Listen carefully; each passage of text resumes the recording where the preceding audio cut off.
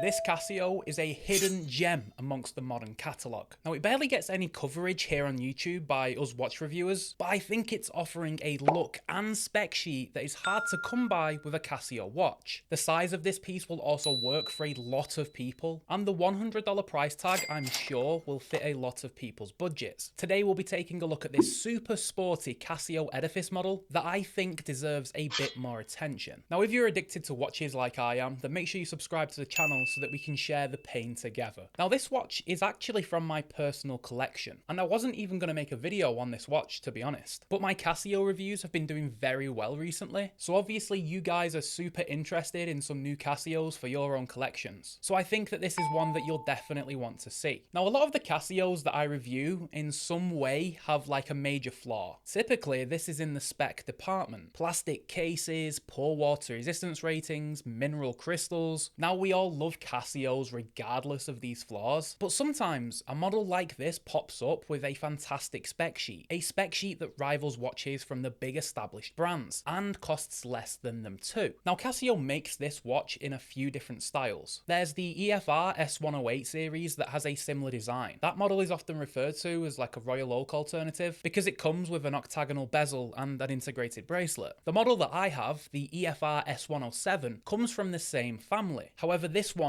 doesn't have an integrated bracelet. Instead, this Casio comes with a regular lug opening that makes it super versatile, but it still delivers all of that sporty DNA that you'd want in this style of watch. I think that the main feature of this watch's design is the screws down the flanks of the bezel, a subtle nod to the Royal Oak without being a copycat. The bezel on this one features a vertical brush and is completely round in construction. So although it is obvious where Casio drew inspiration for the design of this bezel, they've still added their own little bit of spice to make something unique. Now, Casio continued the 70s inspiration with the design of the case too. The sides feature the hooded flanks, similar to what you'd see on a Patek Nautilus. These ones though don't scream in your face like the Patek. Instead, they offer perfect symmetry with the crown guards from the right hand side. The lugs feature a sharp downturn where the bracelet connects, offering an angular look that is synonymous with this style. All of these features together deliver an AP Patek look without being a boring copy. This is Casio's contemporary take on the iconic 70s design. Casio continued the sporty look with the dial too. The slate grey dial surface features a fine brushed finish, which is only really noticeable when you look close. The applied indices are multifaceted and polished, but notice how the 12, 3, 6 and 9 indices have a slight blue tint to them. These markers glisten an electric blue when light hits them, offering a subtle touch of colour on an otherwise monochrome dial. The polished hands contrast well and continue the angular sharp aesthetic. But my favourite feature of the dial is actually that blue second hand. Not only for contrast, but it allows this watch to be effortlessly paired up with straps that feature some blue tones. And I bet that some of you watching didn't even notice that 3 o'clock date window. For once, Casio has integrated the date window so well that it hides in plain sight. The colour match date wheel starts right after the 3 o'clock index, allowing for perfect symmetry. I also think they got the text on the dial right too, with just some Casio branding below the 12 and a small spec sheet above the 6. Now, that spec sheet reveals this Casio's main trick. Yes, this $100 Casio comes with a sapphire crystal. Now, I'm not sure whether Casio has used any anti-reflective treatment on this glass. My honest guess would be no, but it's always great to have sapphire on a $100 watch. But the good specs don't just stop at the crystal. This Casio comes with an entire 316L stainless steel construction. Now, the finishing is fairly basic, but it is done to a decent enough standard, with a couple of polished surfaces offering a little bit of flash. Now, the crown on this watch is only push-pull and the case back is only snap-on, but Casio delivers 100 meters of water resistance. I would have a hard time trusting most other brands not screwing these elements down and claiming this rating, but Casio clearly knows some wizardry to achieve this rating just using gaskets. So if you're on holiday, feel free to go for a swim. This watch does come with a stainless steel bracelet as standard, and for a Casio,